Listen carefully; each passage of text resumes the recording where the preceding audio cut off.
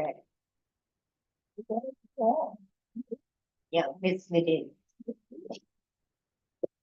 That same kind of action. License.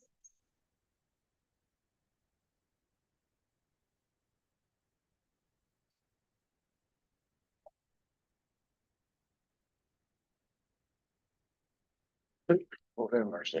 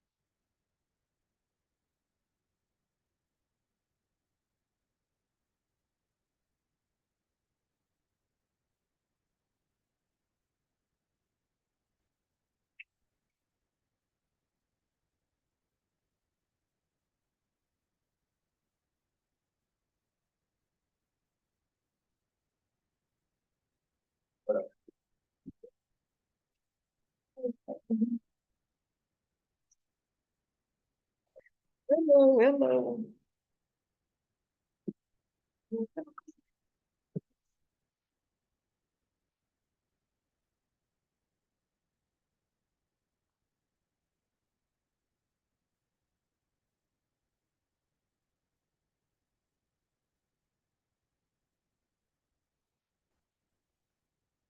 We'll call the July 22nd, 2025 city council meeting to order.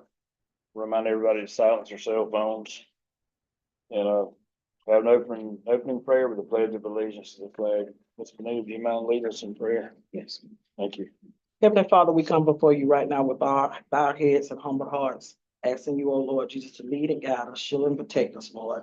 Watch over all the leaders of this world, oh sweet Jesus. Lord, decrease each and every one of us on this podium and you increase in us that we do the business of the city. And these blessings we ask in your name. Amen. Amen. I pledge allegiance to the flag of the United States, for which it stands, one nation, under God, indivisible, for all.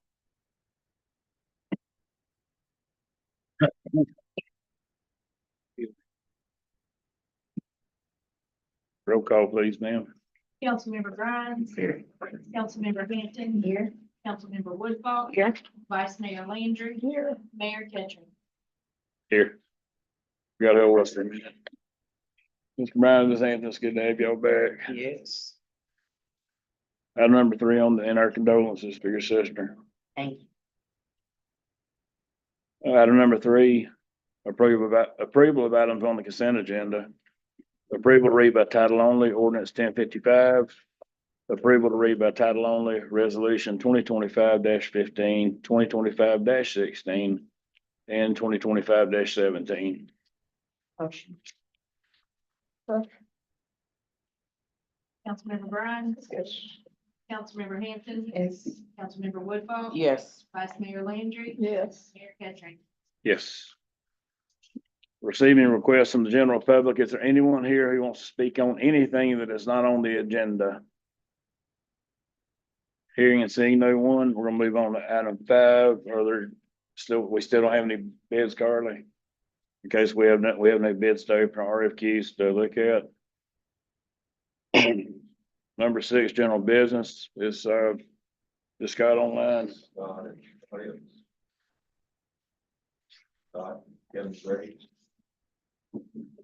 Okay. Yes, I'm here. Ward. Okay. We're gonna good move, evening. move item 6J up to 6A. Scott's out of town, and we were gonna go ahead and do the Duke Energy ordinance first. Anyway, Scott, can you hear me?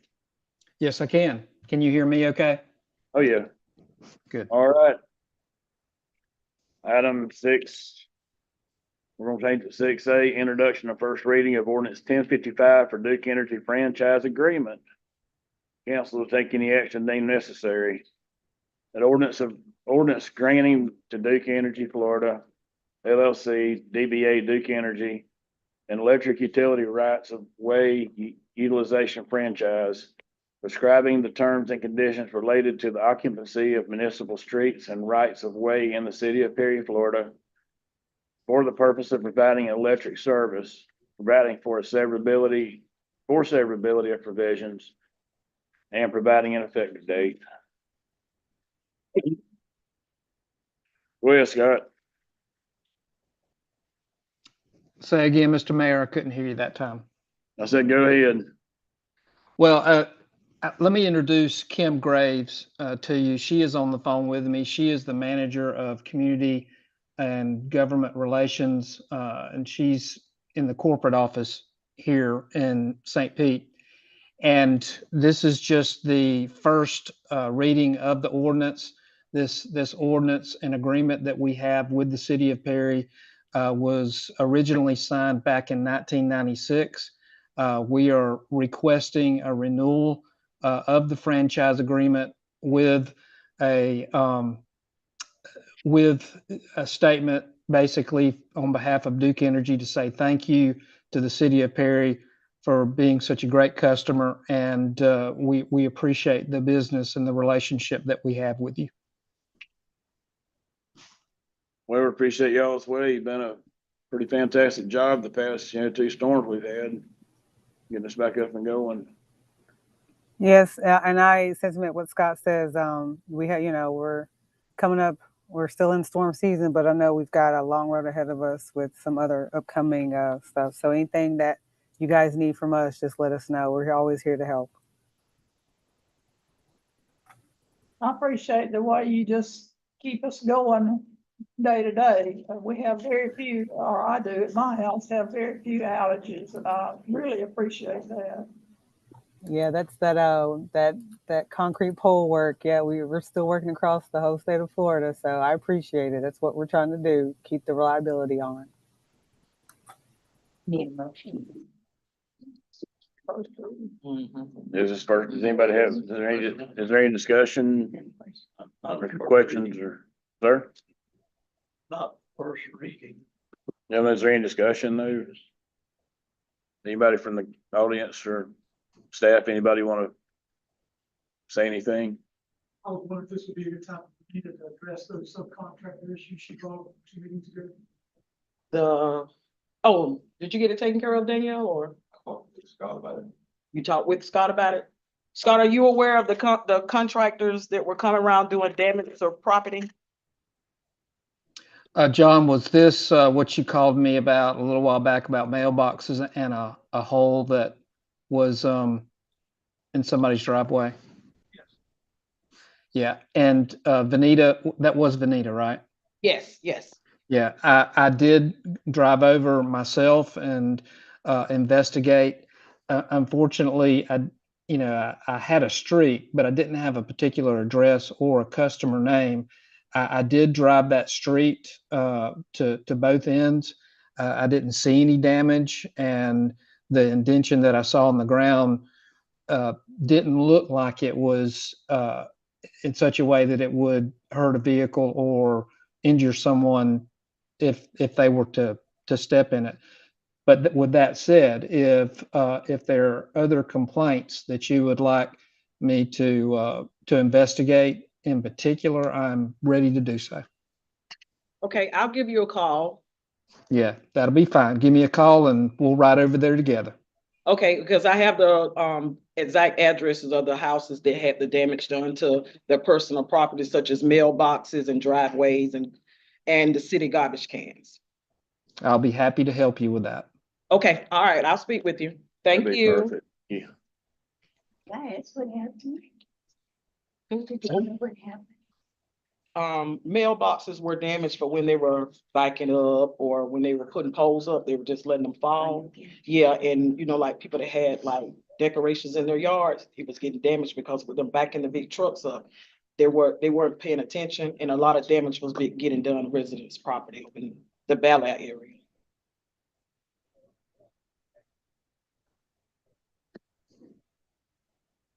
Any other discussion from anyone about anything? Thank All you right. again for bringing it to my attention. Thanks, Scott. Thank you. Thank you.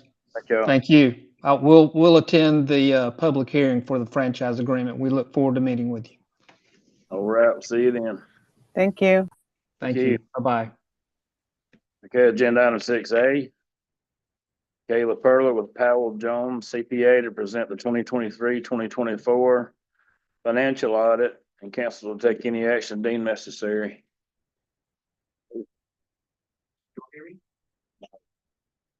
Dawn.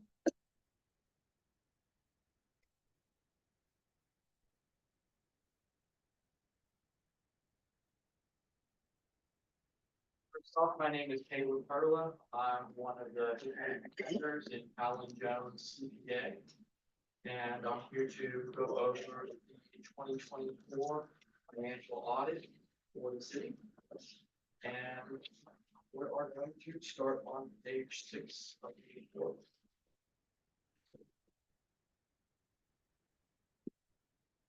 Morning, Mr. Fields report. On page 6, we have the independent audit report. It says in the opinion paragraph, we have audited the financial statements of the city of Cary, and that in our opinion, the financial statements present fairly in all material respects the financial position of the city as of September 30th, 2024. The basis for opinion paragraph, the third paragraph down, it says we conducted our audit in accordance with auditing standards generally accepted in the United States of America and with government auditing standards. Next, move on to page 9.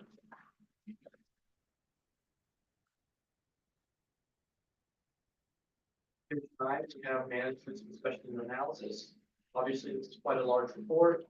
Management's discussion and analysis is a more compressed view of these financial statements. It is a great place to start if you're looking for a summarized read to condense this information. But I'm going to move on to the financial statements themselves on page 22.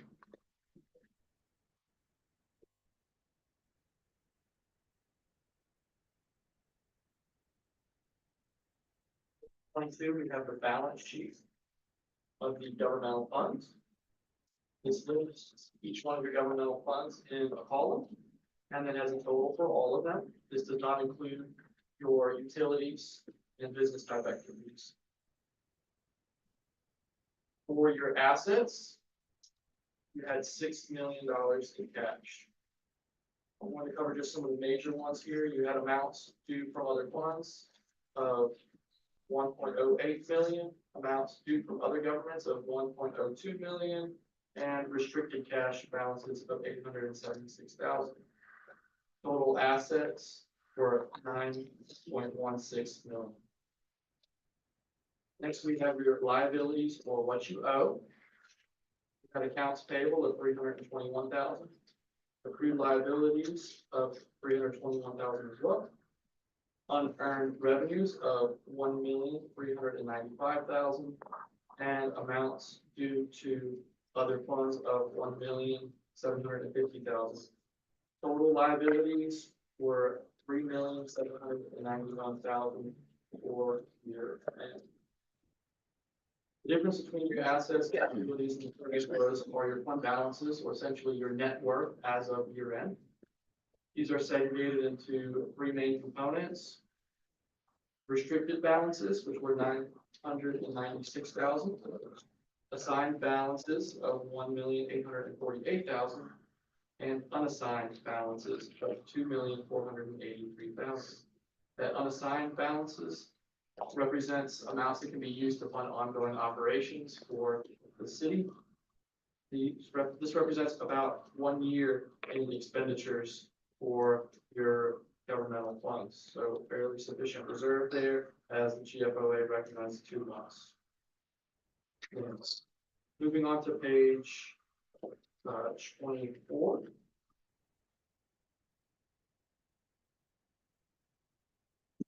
Here we have the statement of revenues, expenditures, and changes in fund balance. This is similar to an income statement in for-profit accounting. Once again, this is for your governmental funds. For your revenues, I'm going to hit on some of the larger numbers here. We have property taxes of $1,997,000. Discretionary sales tax of $775,000. Telecommunications of $267,000. Franchise taxes of $420,000. Motor fuel taxes of $985,000. Utility taxes of $559,000. And intergovernmental revenues of $563,000. And grant revenues of $1,456,000. Total revenues altogether were $8,279,000. Next, you have your expenditures. These are split out by the main functions or category or departments of your government. You have general government, which had $2,179,000 expenditures. Garage, which had $165,000. Police, $2.6 million. Fire, $1.5 million. Public works, transportation, $766,000. And economic development for $49,000. Now you also have your capital outlay or amounts used to purchase capital assets that have a life of more than 1 year of $2,259,000. Total expenditures altogether were $9,577,000. This created deficiency of revenues over expenditures of $1,297,000. But you had transfers in and out that netted $500,000 in your other financing sources and uses, and speed of proceeds, which is subscription-based IT arrangements of $400,000. And this brought your total other financing sources and uses to a $900,000 increase. And your net change in fund balances were $397,000 decrease as of year end. Now, okay, I would like to note also here that there was a net change in fund balance in the general fund of $288,000 that was an increase. Now, this also was subsidized by those net transfers I was talking to you about previously of $500,000 that net came in from the GAAP revenue fund. So without that included in the general fund, you would have run a $272,000 loss for the year. Now, this isn't terrible considering all the hurricanes and other expenditures that occurred during the year. Moving on to the 2 pages back to page 26. This is the statement of net position for the proprietary fund. Each one of these funds are listed here in each of the columns. These are your utility funds. This is similar to a balance sheet, shows your assets and your liabilities. The difference between those, which are your net position, or essentially your net worth for the year. Your assets, these are broken out between current and capital assets.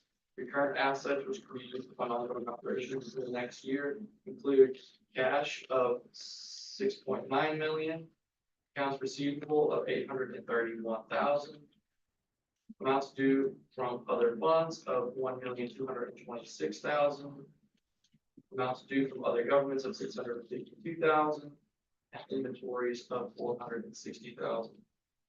Total current assets total $10 million as of year end. Next, we have your capital assets, which total $32.7 million for the year. This brings your total assets altogether to $42.7 million. I'm going to move on to your liabilities. These are once again segregated between current and non-current. For your current liabilities, those are amounts that are expected to be payable within the next year, or at least to be drawn upon in the next year. And the non-current liability represents amounts that are not going to be paid within the next year for a longer term. For current liabilities, you had accounts payable of $407,000. You had SRF, USDA, and pre-construction loans payable of $238,000 payable within the next year. You had amounts due to other funds of $563,000 and utility deposits of $239,000. Total current liabilities altogether were $1,570,000. Next, we have your non-current liabilities. The primary, balances here are your SRF loans, which were 3.6 million, your USDA loan of 2.7 million, and your pre-construction loan of 111,000.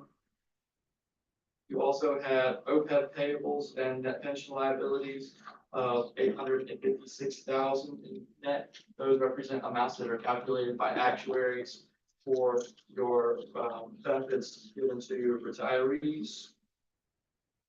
And finally, the difference between your assets and your liabilities, you had total liabilities of 8.879 million, and you have those total assets of 42.7. When you take those away, you're left with 33.9 million in net position or net worth. The majority of this is tied up in your capital assets, which is the first number on the other net position of 26 million. The unrestricted portion of your net position, which can be used to fund ongoing operations, is 7.8 million, which represents about 1 year of operating expenses. Moving on to the next page.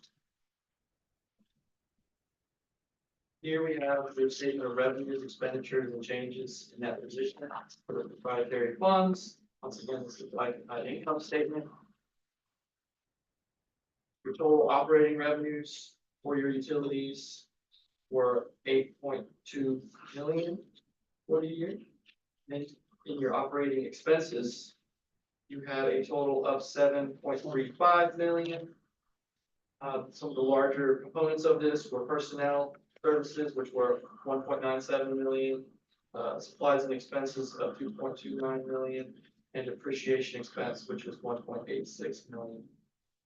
Total operating income for all of your proprietary funds was $909,000. Next, we have your non-operating revenues and expenses. These totaled an increase of $238,000 for the year. You also had transfers out of $500,000 and capital contributions and operating grants of 4.23 million for the year. When you add these all up together, you had a net change. Basically, your total profit all in all together for all of your proprietary funds of 4.88 million. This increased your net position from 29 million to 33.9 million. Moving on to the next page. This is the statement of cash flows. That previous statements were on the accrual basis. This is just showing cash in and out for your proprietary funds. Shows net cash provided by operating activities was 2.46 million, and net cash used in non-capital financing activities of 1.163 million. And that net cash flows used in capital and related financing activities was 144,000. Total net increase in cash as of year-end was 1.17 million, which increased your cash from 5.7 to 6.8 million, or almost 6.9 million as of year-end. So very solid cash and operating results there. We added over $1 million. And just recapping on what we said previously, we had a pretty decent change in that position for those proprietary funds as well. So good operating results. I'd say that even though you guys had the storm and a lot of costs associated with that, you guys have enough reserves to weather that storm financially here in the city of Perry. Moving on to page 30. Here we have your fiduciary funds.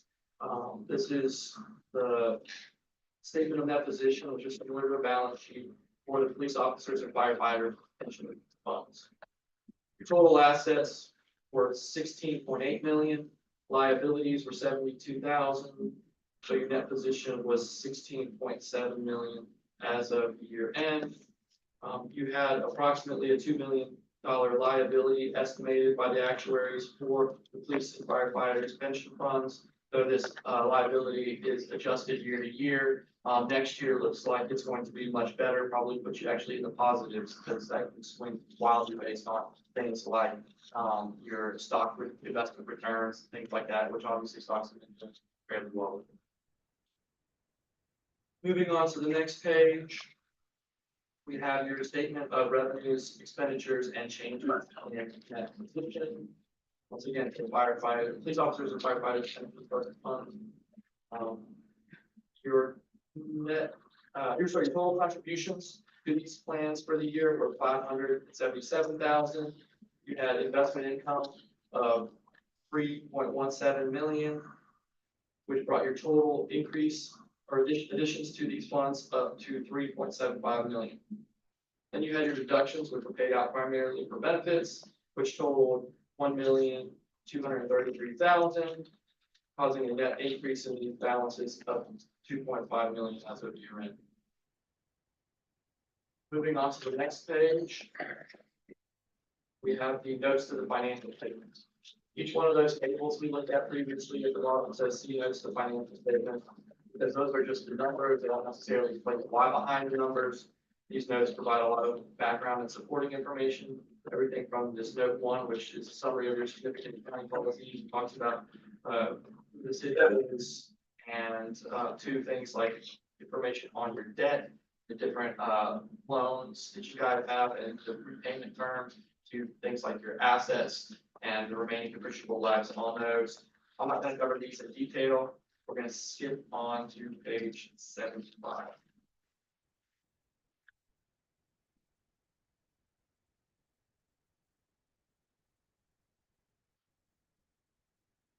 On page 75, we have our budgetary comparison schedule for the general fund. Okay.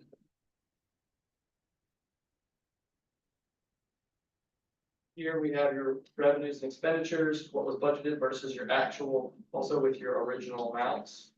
For total revenues, your final budget amount was $6 million, and you had 6.8 in actual revenues, which meant that you exceeded budgeted revenues by $885,000, which is very good there. For expenditures, you budgeted $7,699,000, and you expended $9,528,000, which means that you went over your budgeted expenses by $1,828,000. So a relatively large amount that you guys went over budget there, primarily due to hurricanes and other capital investment that you guys did. Next, we have your other financing sources and uses, which include your transfers in.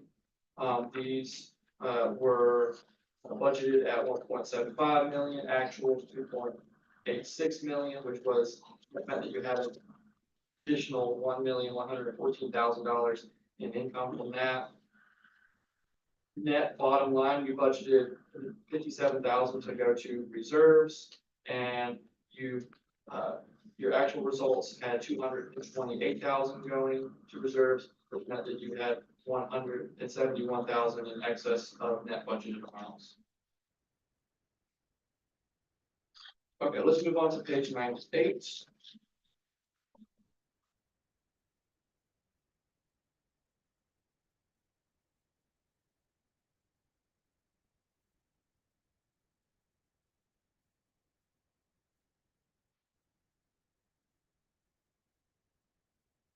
Page 98.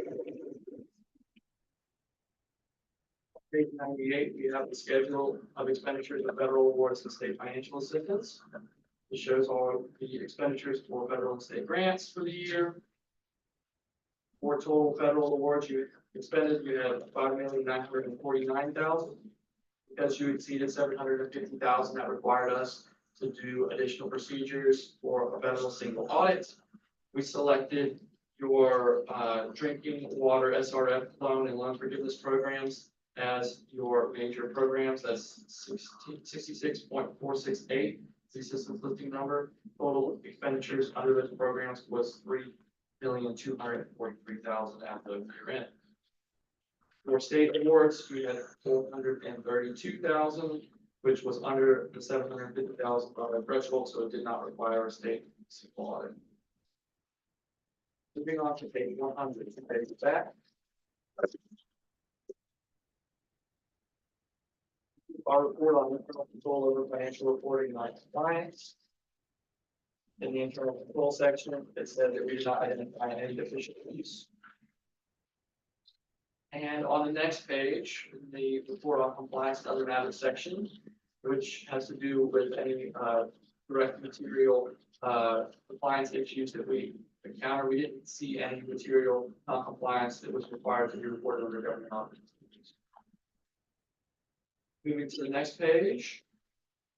Page 102, this is our report on compliance for each major program. In the second paragraph, it says that the city complied all material specs with the compliance requirements for that program. Moving back a few pages to page 109. Page 109 is the independent accountants. On the independent accountants report, this explains that we did an examination to determine whether the city was in compliance with certain Florida statutes relating to the investment of public funds and the expenditure of community redevelopment agency funds. We found in the second to last paragraph that the city complied in all material respects with those statutes. This concludes my presentation of the financial statements. I just want to say thank you to Carly. She did a great job. I know it was tough coming in towards the end and having to switch accounting softwares and having these storms, but she was a trooper and got everything done for us, and we didn't have any issues. So I'm really thankful there. You know, obviously a little worrisome when you have someone like Penny who's been here for so long transition out, and we're just thankful that she's done a great job in her stead.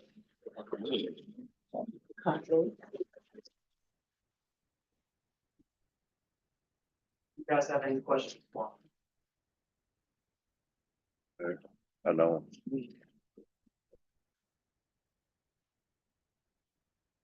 think we're all good. Thank you.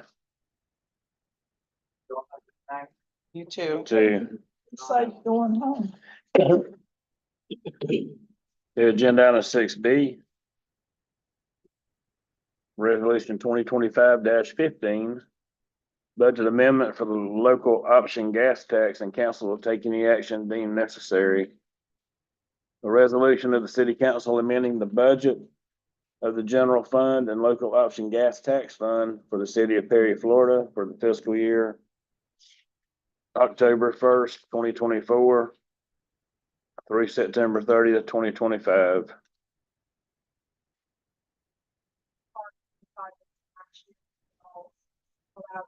Was at $1 million. 300,000 of it was this fiscal year. So I needed to do a budget amendment, or else we would be like 300,000 over budget. It's just, it's already been spent. Y'all already approved the project. This is just house. Okay. Have a motion? Motion. What is the amount? $307,110.72. It was for the years. We did 2 years worth of paving in 1 year at one time, basically, This year. right? To save the mobilization costs, I think. Yeah. Yeah. Someone paid last year. Second. Councilmember Brown, Yes. Councilmember Hampton. Yes. Councilmember Woodcock. Yes. Vice Mayor Landry, Yes. Mayor Ketchum. Yes. Excuse me, agenda item 6C, resolution 2025-16, budget amendment for legal fees, and council will take any action deemed necessary. Resolution of the city council amending the budget of the general fund and water fund for the city of Perry, Florida for the fiscal year October 1st, 2024 through September 30th, 2025. Contract is for up to $52,000. So she has the $36,000 retainer, and then if you have anything extra, she can bill up to $52,000 in the contract amount. I was told when I budgeted last year that you just did the 36,000, but you had the, invoice for the seller versus Manning's case. We didn't have enough money in there to, so this is just to. But truly what her contract amount is. For this budget year, I've budgeted what her contract amount is. We have a motion, Motion. So, Is that you, Ms. Landry? Ms. Lander seconded. Councilmember Brown? Councilmember Hampton? Councilmember Woodhull? Yes. Vice Mayor Landry? yes, Mayor Ketchering? Yes. Agenda item 6D, resolution 2025-17, budget amendment for ARPA. And council will take any action deemed necessary. The resolution of the city council amending the budget of the general fund and warehouse fund for the city of Perry, Florida for the fiscal year October 1st, 2024 through September 30th, 2025. This is that budgeted for it last year with ARPA, and then there's higher priorities, or just we can't get it in time, and we need to get it by the end of the year. So like the police and canine training facility, they possibly are gonna have access to a different facility, so they don't wanna buy their own, and they think that safety equipment would be more beneficial to them, so they wanted to ask for that change order. And then for the warehouse department, we have decided, we haven't gotten to be able to do the inventory system this year. We're trying to take it piece by piece, and it's kind of one of those things that the previous finance director made the decision to have that inventory module in our system, and I'm not sure that it's going to work because of the way that it's set up, and there's just a lot of back-end stuff. So we need filing cabinets for payroll, because currently we don't have enough filing cabinets to store all of the employee files properly. They're not in filing cabinets. Okay. So, and then the rest, so we just want to say, like, say that somebody purchased, they budgeted 5,000, they got it from court, just put that remaining money towards the garbage truck that we already purchased. And just change the money around. That way we use all the ARPA money this year. Well, this is our last year, isn't it? To use it. I think we have till 2026, but we had budgeted all of it this year. We just like to go ahead. Be done, yeah. So, That's smart.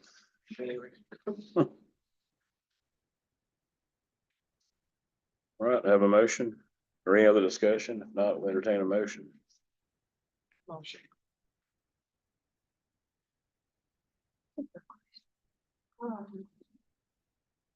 You said if you have any money left, it will go toward a garbage truck. So the garbage truck that we purchased already, remember we pulled some, we purchased The one that's some not out of working. water revenue, yeah. But I mean, we already paid for it. We would just move money around instead of using water revenue, we could then use the ARPA money. And then that frees up the water revenue to fund. That's not necessarily has to be capital outlay, it can be operating.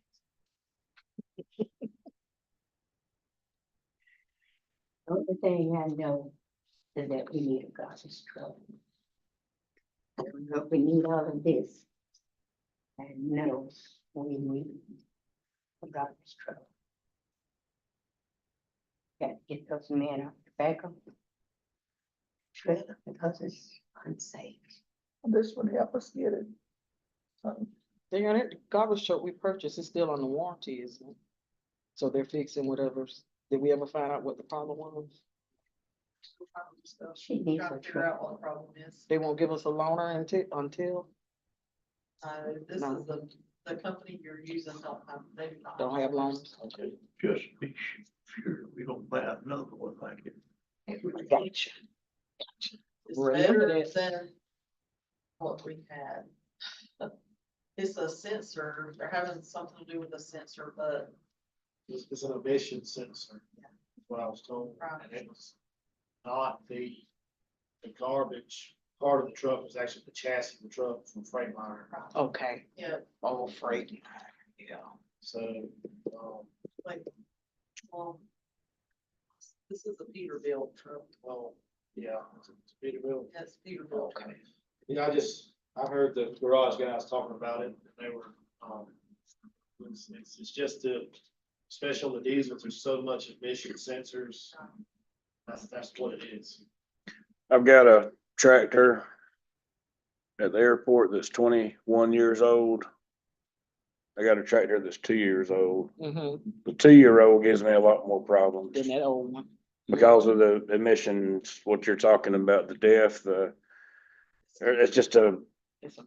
it's just one thing after another.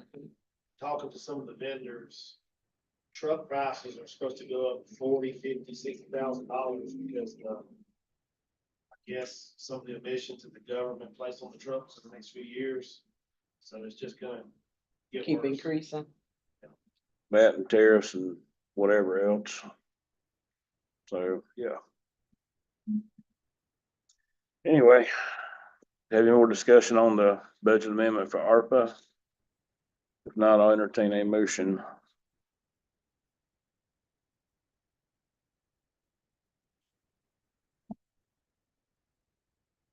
Yes. He did, yeah, okay, he already did. Have a second? So, Second by Ms. Landry. Councilmember Grimes, Yes. Councilmember Hampton, Councilmember Woodfall, Yes. Vice Mayor Lincoln, yes, Mayor Cameron. Yes. Agenda item 6E, proclamation of appreciation, and council will take any action deemed necessary. You want me to read this? It may hurt. It will hurt me.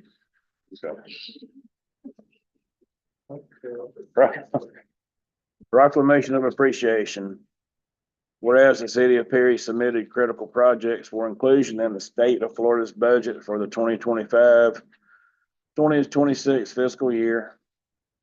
Whereas 5 projects were approved by Governor Ron DeSantis with no vetoes, ensuring vital investments in the future prosperity and well-being of our community. And whereas the city of Perry recognizes the outstanding leadership and steadfast advocacy of our legislative delegation, including Representative Jason Schoaf, Senator Corey Simon, and their dedicated staff. These efforts during the legislative process greatly benefited our city. And whereas the city also extends its sincere gratitude to Governor Ron DeSantis and his professional staff for their thorough review and the steadfast support of these projects, ensuring that taxpayer dollars are invested wisely and effectively for the benefit of Perry residents. Now therefore, the City Council of Perry, Florida does hereby extend its deepest thanks and sincere appreciation to Representative Jason Schoaf, Senator Corey Simon, their dedicated legislative staff, Governor Ron DeSantis, the governor's professional staff, for their exemplary leadership, tireless efforts, and unwavering commitment to the success of the city of Perry. Let it be known that their collective efforts have created a lasting and meaningful impact on our community, and the city of Perry remains committed to honoring this investment through responsible stewardship and continued growth. Not an expert in it, but I know enough about it.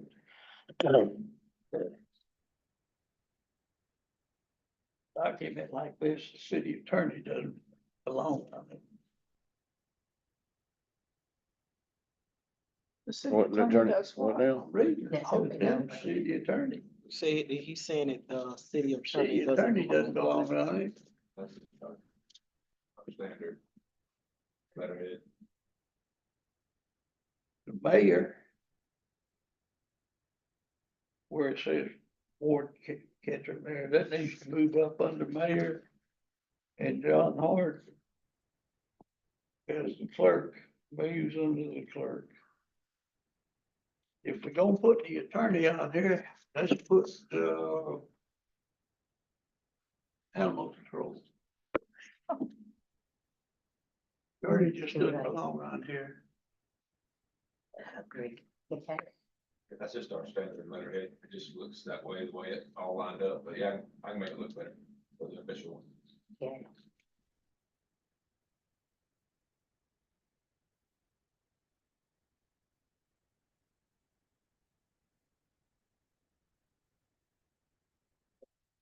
Here you go. That was discussion, have we voted yet?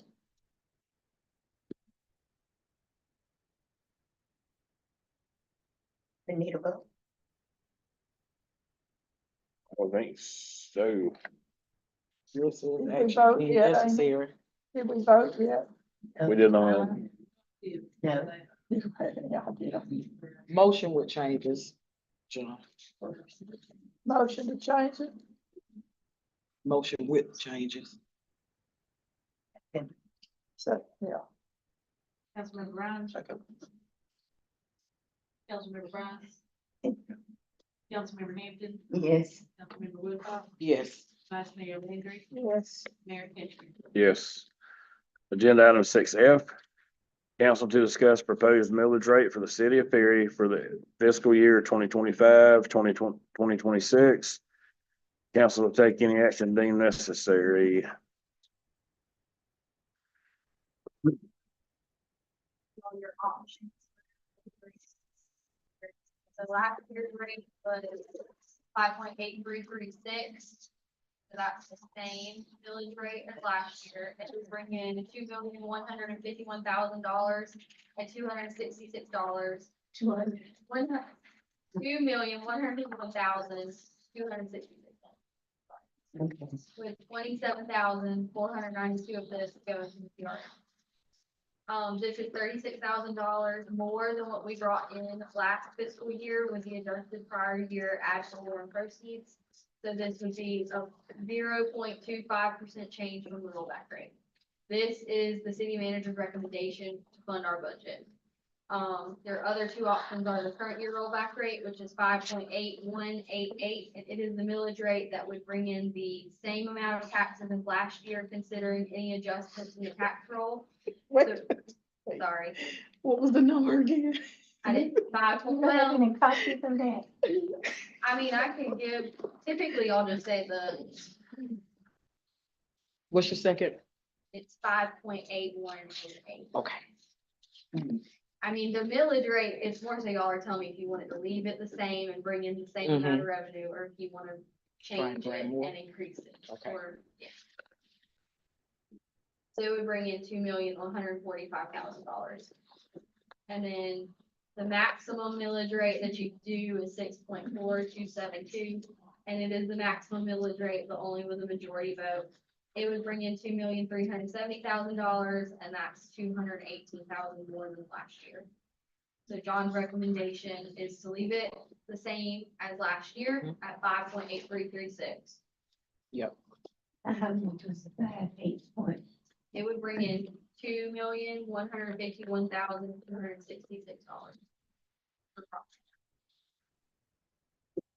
The other one was 2,145,000. 45,000. So we input in the budget for what he presents tonight as the prior. So you're talking about a $6,000 difference. It's a 0.25% change. You remember, you said 27,000 is what? That was in the CRA fund. We do have a CRA fund. Yes. Got it, ready to say. When did that happen? Y'all voted on it a while back, and it took us a long time to get it. We skipped a whole year. Mhm. pretty much. Yeah, because you had to go, through to find the right person who knew who to do it. And So then this once they, is the guidance. Advertised. Do we have a document with any of those figures on it? I can pass it around, but it's just the.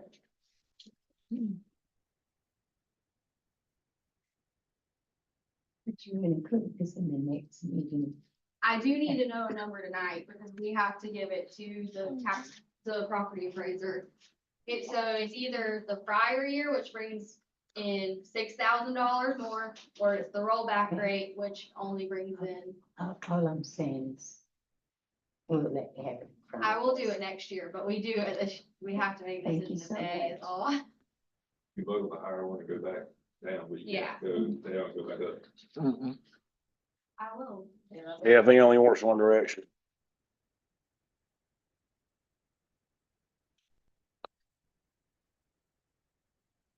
And John, your recommendation was to stay the same? Same group. You would be doing fine.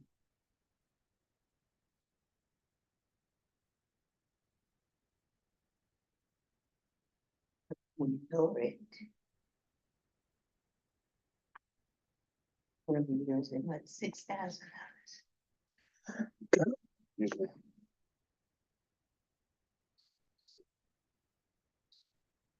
Everybody's complaining about the property taxes. So, I don't know how they can predict when we don't know what the taxes are gonna be. you know, How are you able to predict when we I don't? get these numbers from the trim, the truth in millage, so this is what the property taxes would be. This is how they're determined, is the millage rate. I'm saying we've lost so much. The city though, in the city, we didn't lose a lot, it was the county that, but I mean, Shauna Beach with the property appraiser, she already has done her evaluation for this year. she comes before us. And then she normally comes before us. Jen, I don't remember her doing that last year. I know at some point she used to. Okay. Can't remember exactly when though.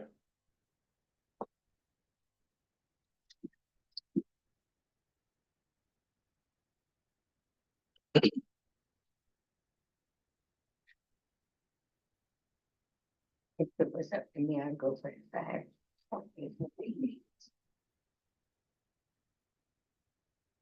$6,000.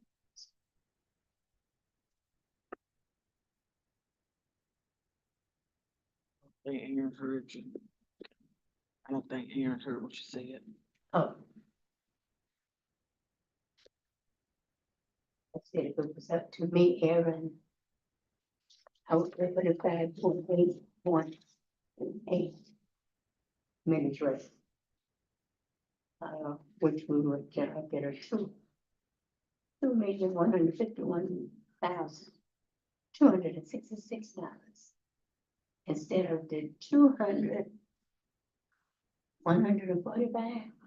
That I don't Passed it down. raise It, we were The bill's tracking the gonna- paper. Right here. Basically, baby, you go for the lesser rate. for the lesser, yes. Yes, ma'am. It would be, if you went with the same millage rate last year, it was like 51,000. And if you went with the rate that you're saying, it would be 2,145,000. Okay, yeah, So it's that's- the $6,000. Yes.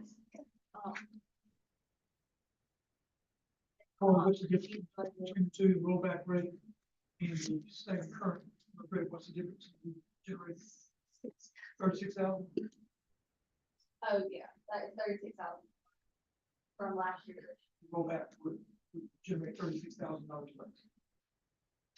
It would generate $6,000? that's what, when I put it into the trim, I think it's because of the property valuation. Only $6,000.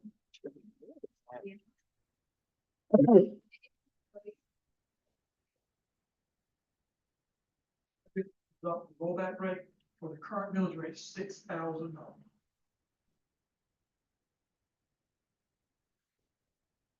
I thought it was low, but when you. Yeah, that put is it extremely in, low. It's very low. Uh-huh.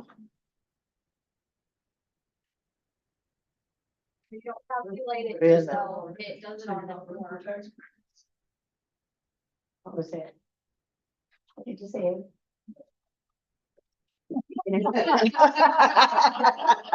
You go to the roof.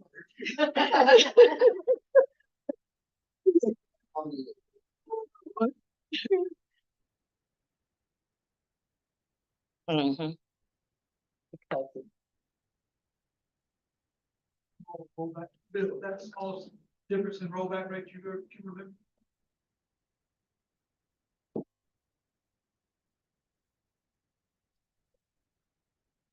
Yeah, Very small amount. Wondering if it's worth it, it's $60,000. You see. You gotta check it.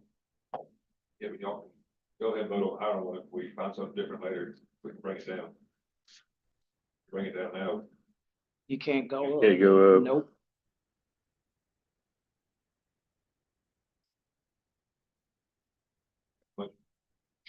No.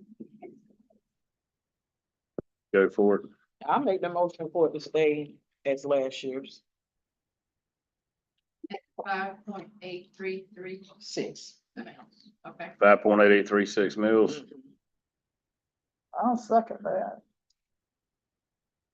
Councilmember Grimes. Yes. Councilmember Hampton. No. Councilmember Woodball. Yes. Vice Mayor Landry. Yes. Mayor Ketchum. Yes. And once we find out if we can go down, we can. Always have that option. That's if it's feasible, 'cause True. we don't wanna be in a bind like the county in right now. It's not okay. Mm.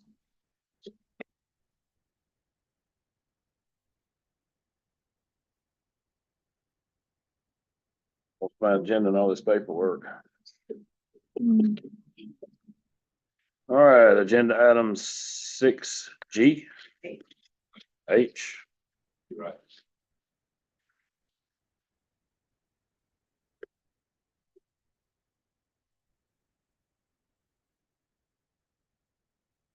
Is it G? Yes. Oh, okay, yeah. We're setting the public hearing for what we just did, I think.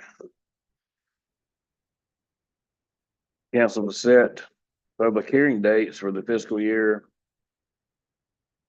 2025-2026 millage rate and the fiscal year 2025 budget, and council will take any action deemed necessary. Here comes the fun part, trying to figure out the dates.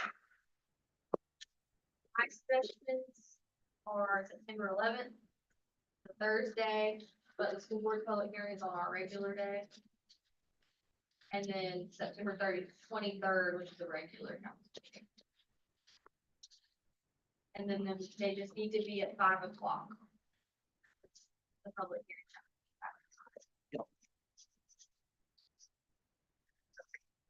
That was-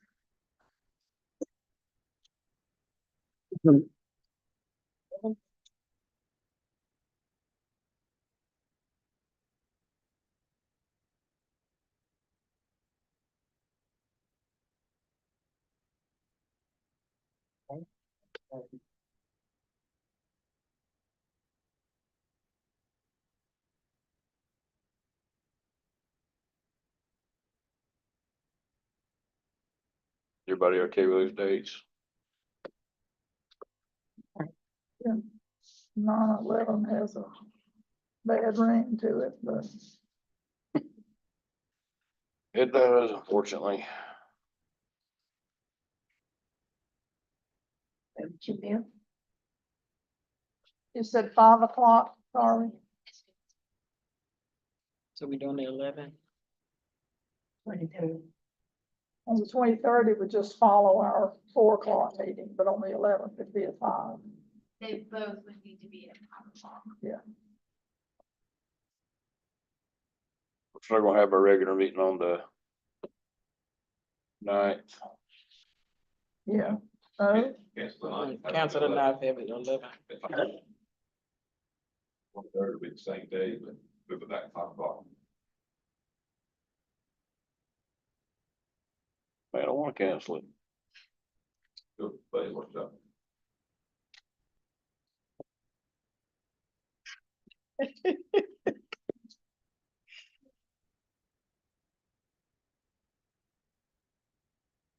All right.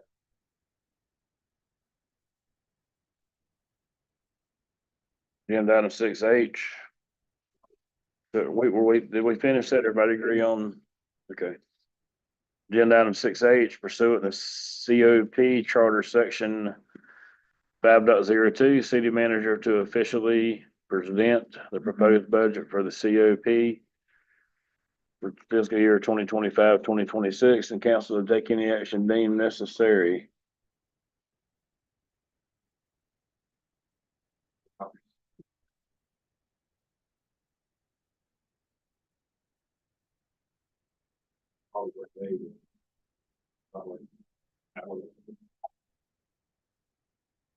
That's the standard.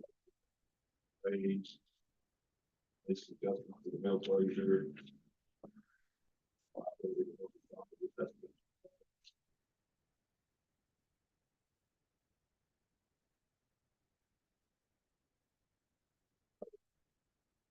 Kitty always did workers' comp, just each of them. Fully paid the same exact amount, that's how workers' comp works, always reflects that on the budget. Police and fire pay way more workers' comp than admin personnel. Yes. Yeah, but it was always split up equally among all the boards. We fixed that, I mean, the change overall budget at all, but it does each department.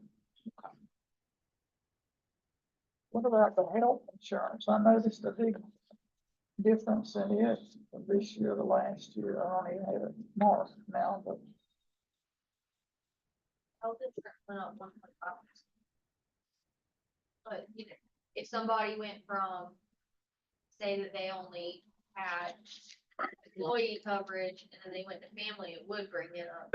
And, you know, had turnover, so that could be why certain. I thought it went down though, and that's why I was, I mean, it still went up 1.5%. okay. How much did the FRS go up? Have the numbers, but each one was like 0 point something. Oh, okay. It's all reflected though in here.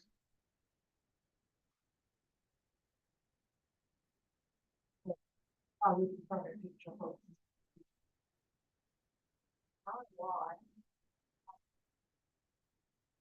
Well, only police and fire in a separate retirement, so.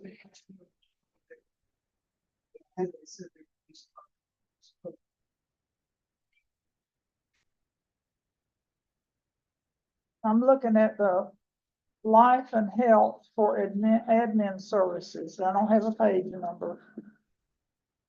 But it says that in 2024, it was 41,600 and something. In 25, it was 50,882. And you're recommending $84,074. That's a big jump. In 2025, it was budgeted at 82,000. Yeah, And we're already at 50,000 this year. yeah, We still have, 3 months or whatever. but we probably haven't paid June's, and then we'll have July, August, September.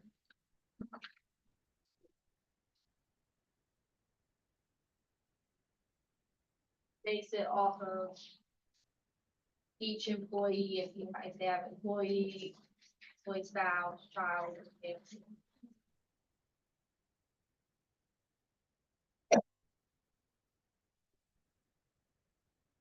And like from 50 to 80 was a big jump, so it should be. Where is the budget?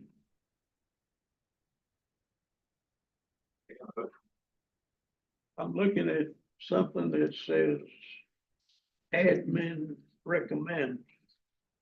What is that? So this is out of our new engine system, so we input, the admin recommended is what our budget is. For what that's what we're recommending to you to approve of the budget. Say that again.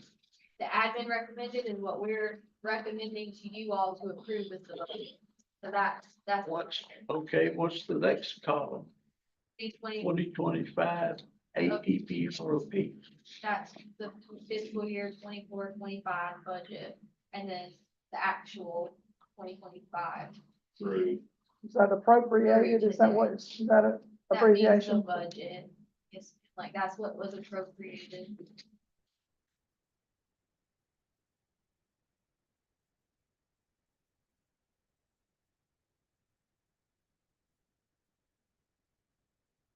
The actuals to date. Is that right? Yeah, we haven't Okay. done the whole year yet. Change every time we send this out. Maybe I'll figure it out. I'm looking at estimated operating revenues, general fund, 5.6. On summary. Page. And if you'll turn the page.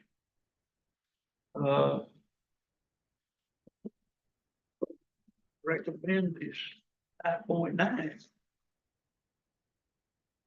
It can't be that way.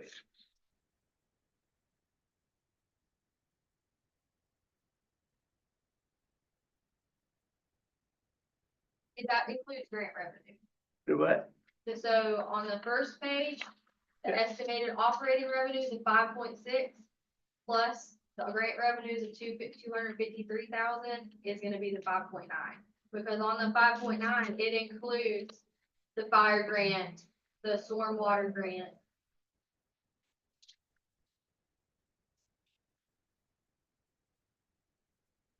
Maybe add a line in below that that says. That's just how it's set up, because if we're gonna budget grants, I have to put it in the system. And it's gonna reflect the operating. It's gonna come out in our overall budget figure. But the front page is just kind of the true operating numbers, true operating numbers, and then you have your grant revenue and grant expenditures. But now Because these, those do flow in and out. but these are grants that have already been approved, Yes, right? ma'am. Like those two are actually, we started them this year, and finished them tonight. You just make it real simple and say instead of admin recommended. Say 26 budget or something. And change it. That's just what came out of our Edmunds GovTech software, so I was. To input it back into the system, I have to work out of the same spreadsheet. What has been, I'm on the next page. What has been received so far during this budget? That would be the 2025 actual column.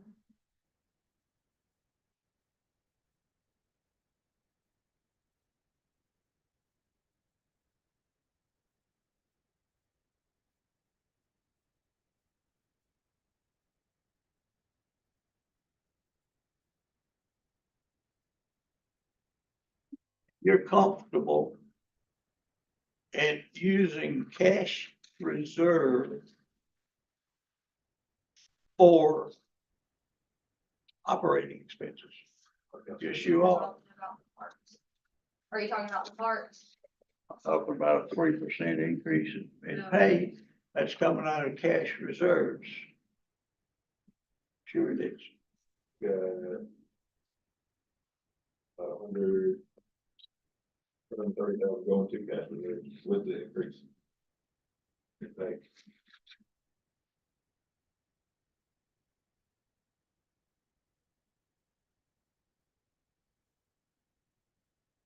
Got 688,000 surplus budgeted. And then 553 so far approved for capital outlay.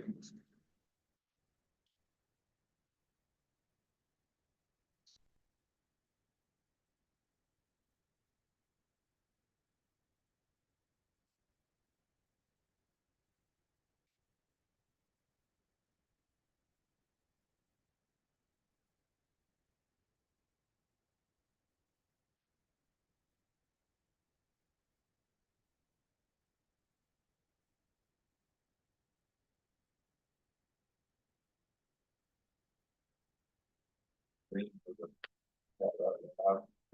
through the rest of that did and the other possibly maybe about a month.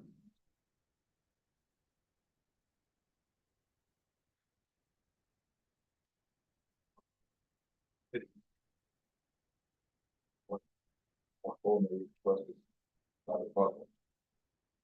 We wrote it down to 553.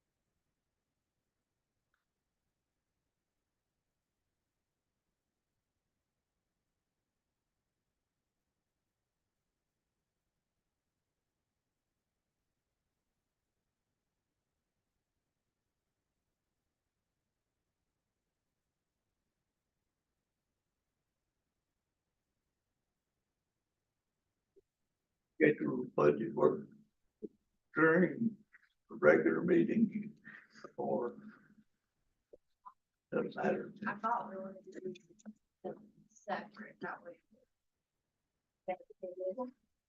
Um,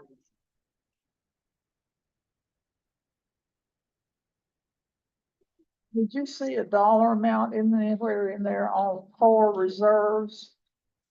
It was for the parks, is what I thought you were referring to, that's why I talked about that. So for the parks project, or the Boys and Girls Club project in parks, which y'all approved, which was $150,000, it's not gonna be finished. So Yeah, I see that's that. the amount that was gonna, that's what I thought he was talking about. Why wouldn't it be available? But I didn't see reserves It anywhere would, else. But I mean, That portion is not finished.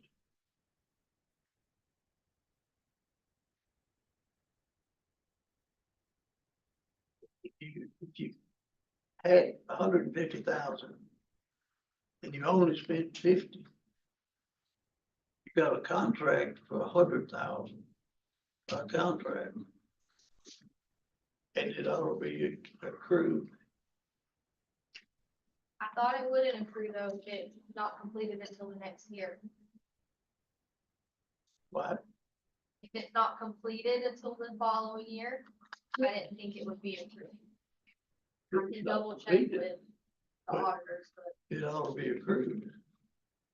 because typically the way that they're accruing is based on invoicing when we pay it in that date. It's not just when the project was approved by you all.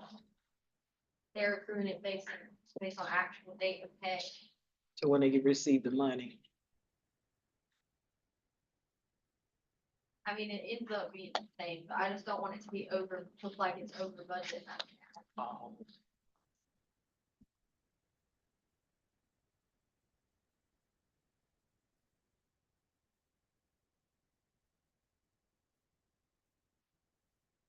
Thank goodness for gas and water. All right, yeah. When you wanna set the workshops?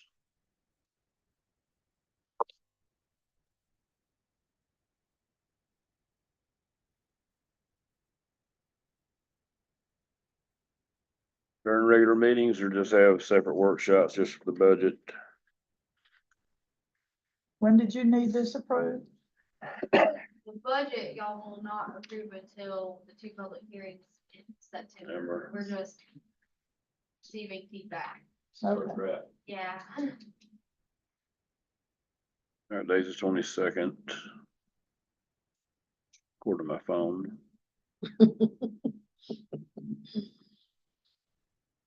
You wanna try to have one?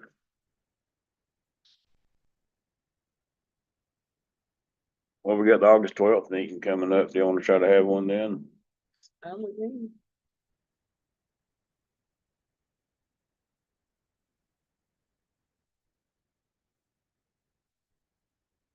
What we gonna do differently there than what we've done tonight? I mean, we're in a regular meeting tonight, so. Just be better prepared for it, maybe. That, or, I mean, we could have a dedicated workshop just for the budget if y'all wish. 2 or 3, however many it takes.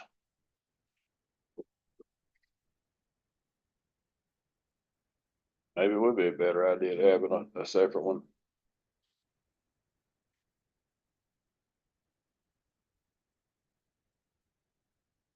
Will be the pleasure of the council. Hope it's good with me.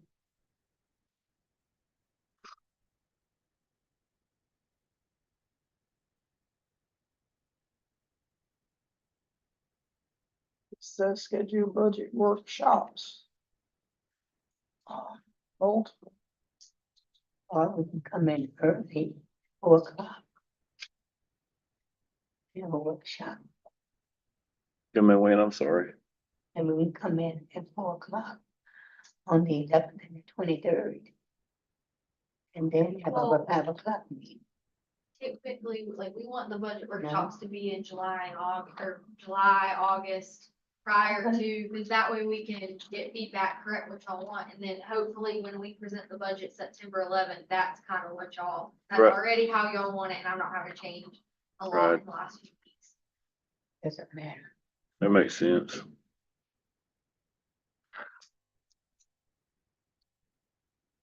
Name it. Or Ma'am, name it. how about we do the first one then August 12th during the regular meeting and see where it goes from there. Is it, everybody okay with that? Everybody could be prepared to. That's gonna be a long meeting, and like I said, let's need to set another one during the day sometime, either way. That's okay. Okay, So when? August 12th during the regular meeting.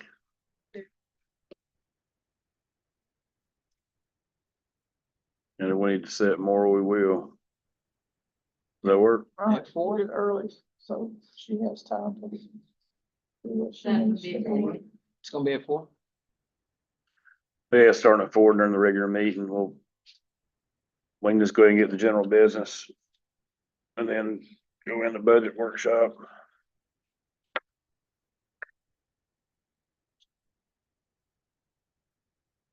Do we have to set a separate meeting just for the budget workshop? I don't think we do. Have to have a budget workshop unless you want one. Just gonna do this, I'll take it for it. Do it regularly. I would just go based off the county. Because we're supposed to look at that sector. They don't have a good finance director. It's definitely better. She's been there a long time. Okay, August 12th, 4 o'clock, we'll have the regular meeting, and then when we get done with the regular meeting, we'll just roll into the workshop. I don't think we have a workshop. And then we'll just, Last year we just discussed it. It was just So- an idea. all right. Sounds good.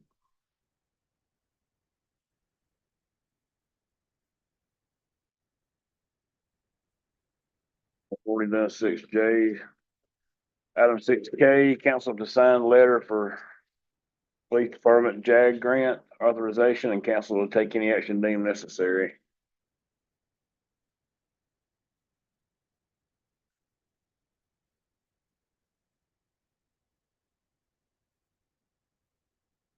That's the one that changed around a little bit, right? Okay, That's actually the accurate one that's on the screen that Mr. Hart's displaying. That's the changed copy that she emailed to us. Mr. Hart, if you'll scroll down, you'll see yep, right there at the bottom. Effective date. That was the change, so they took it out of the first paragraph. They can be both times. I don't be able to sign whatever application he's doing for this JAG grant. I don't even know what. Don't know what it is, trying to get it. And I believe he's gonna be used in for investigative purposes. It's gonna assist with investigations. It's like, it's the grant we've gotten in the past. It's like justice assistant grant. this is authorizing you to sign the grant when you're ready to sign it. Same thing we did with the last meeting with all the hurricanes, storm related events. Man, it must be hard to find. It's not that, it's, go to a meeting. I understand.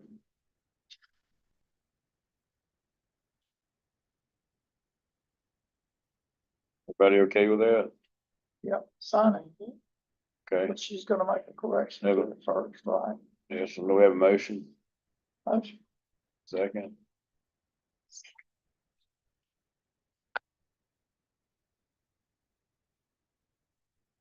Councilmember Grimes. Yes.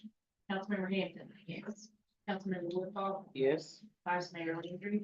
Yes. Mayor Kitchen. Yes. Agenda item 6L, council to discuss international property maintenance code and council will take any action deemed necessary.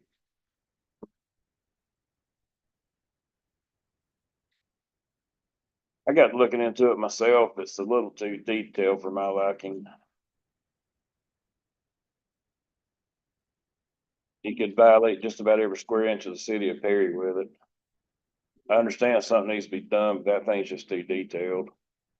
Too much.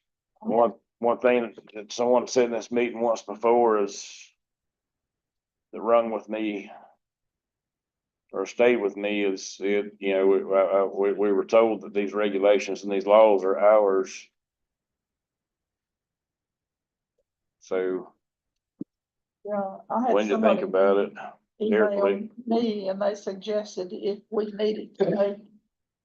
needed more than what we have, to make changes in our current code, not adopt some universal code that's, Right. you know, Where'd this come from? Our current, Who initiated it? yeah, right. I don't think that happened. who initiated changing the code, No, This thing. or who initiated that code. It was code enforcement. It was part of the code enforcement, also a meeting we had with Don Perez, coming up with ideas. How to make downtown better, and one of them was talking about policy. And that was just specific for downtown. What was that beat on there? You had two different ones, but that was downtown strategies, I'm assuming, but this one you had. The one that was also. What Main Street? Yeah, another fancy name. Yeah. Don led it, one of the things that came out of that is policy changes to address dilapidated buildings downtown. We got to look at our current code and all it really says is hazardous buildings. Just because it's ugly, don't mean it's hazardous. Hazard, yeah. When I was searching for ways to try to make downtown better, this popped up. That a lot of municipalities have already adopted. And I agree with you, in the wrong hands.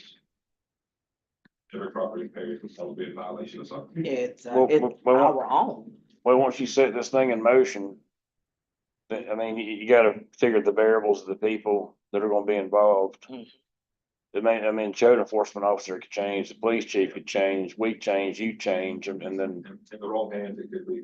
yeah. could be Yeah. bad. I agree with you. I'm gonna come up with something. We already got, put that thing. Code of ordinances. Yeah. If we do this, you got to go and pick each one of those out and do away with it. I think we ought to change what we got and add to it, I or agree. revamp it, whatever we need to do to make it work. Do we have any idea how many property infraction code ordinances type thing that, basically what this thing is doing, how many do we have already in place? I don't even know. I know one's been done here, one's been done there, and there's part of one in here, like you were saying, they're scattered all in that book. You got some that fall under the ordinance, and some that falls under the land development regulations, There you go. so 99% of them are residential, Mhm. hardly anything in the code. there's not a lot that gives them leverage on the commercial aspect, and that's what he was looking to. I got you. To talk, okay. I agree, we need to do something. We got Yeah. roofs falling in and all kind of stuff. And there's, Mhm. it's, I was told this would make Perry HOA, Yeah. that'd be like an HOA. Yeah. pretty much would. so I don't support it. We'll break up that.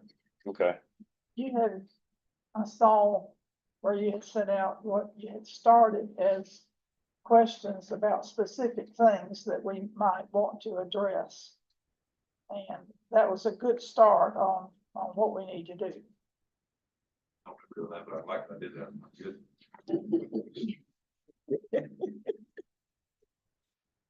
all right, she gonna look at what we have and bring some things back.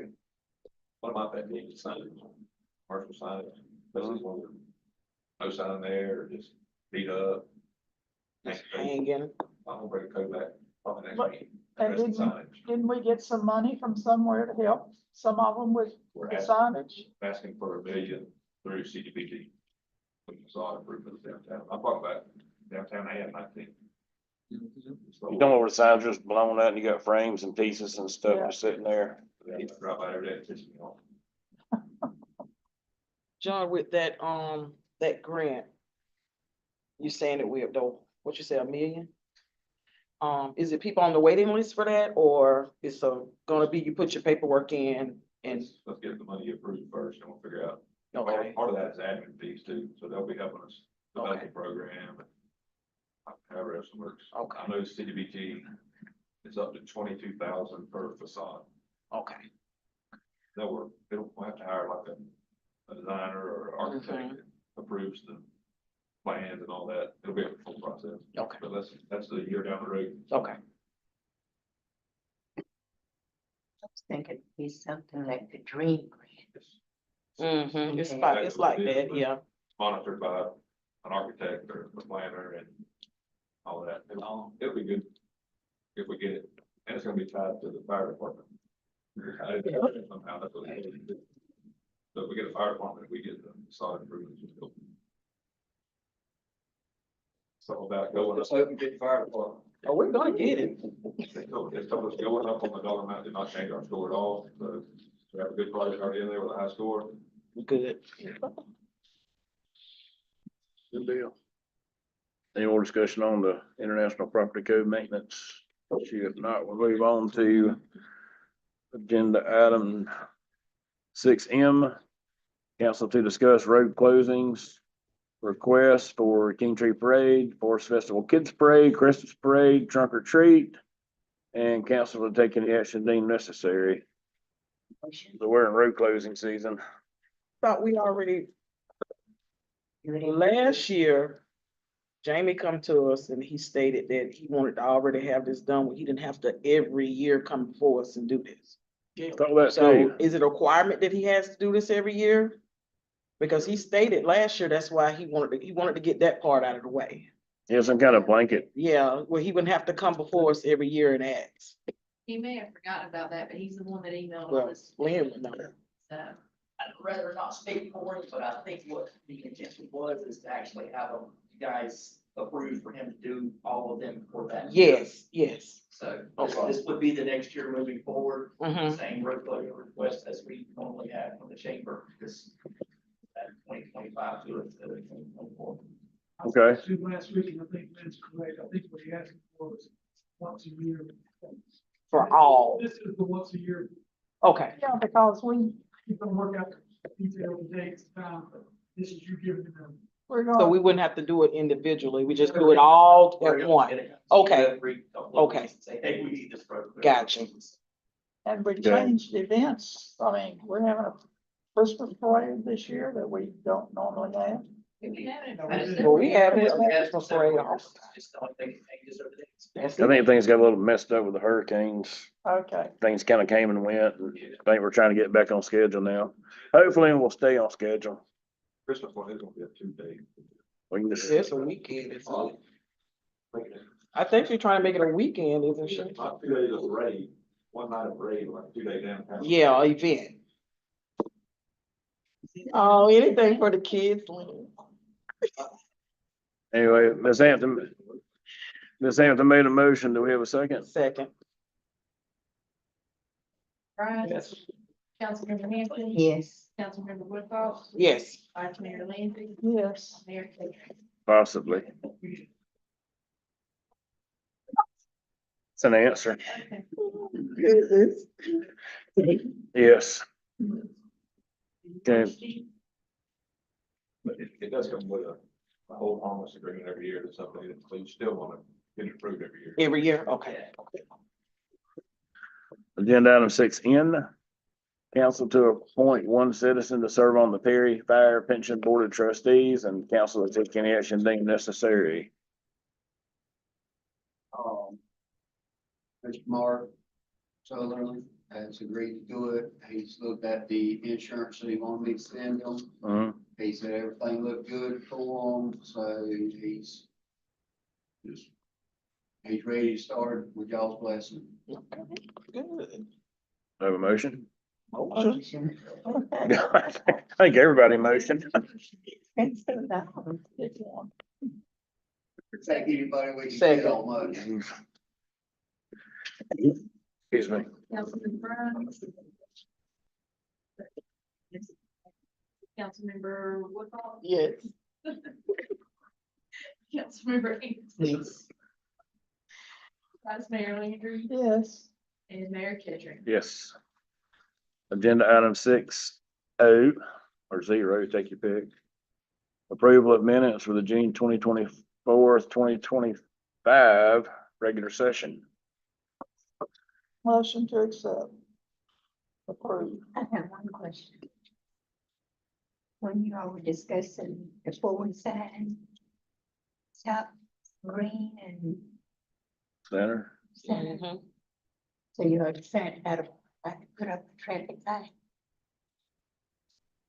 I think we voted, yeah, for it to stay as is. Yeah, we voted for it to stay like it is. It was gonna be very expensive to put the light in.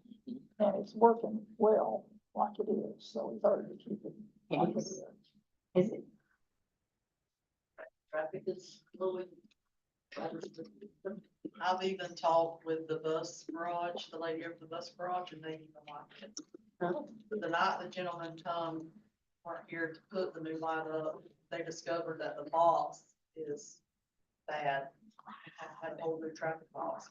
I cannot remember the dollar It amount. was a lot. It was a lot. And while he was there, he had 10 different people stop and ask him what he was doing. And they did not want the light up, so that's why he mentioned that to me.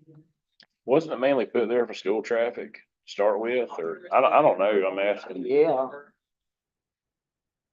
Only I can When we figure. put the lights up, back up the one time, I had more complaints because they liked it the other It's the way. timing. I've not had the first complaint with the stop signs. Well, most everybody, there's nobody around treats it as a stop sign anyway. Truth be known. But we've put up additional signage. Letting them know there's a stop ahead.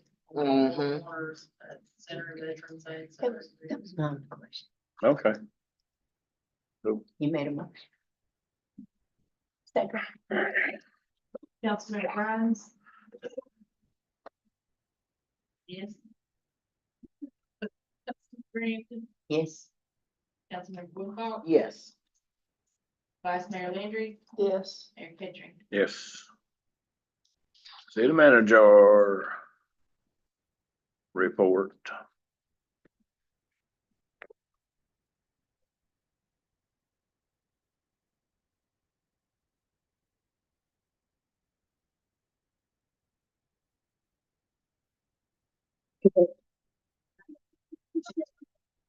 Whoa.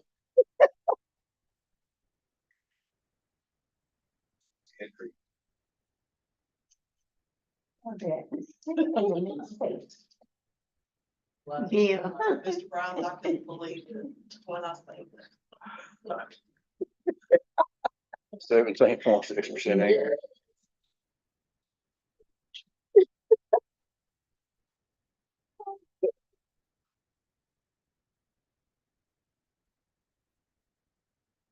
Oh, I got Point. All right, Shots fired. Carly.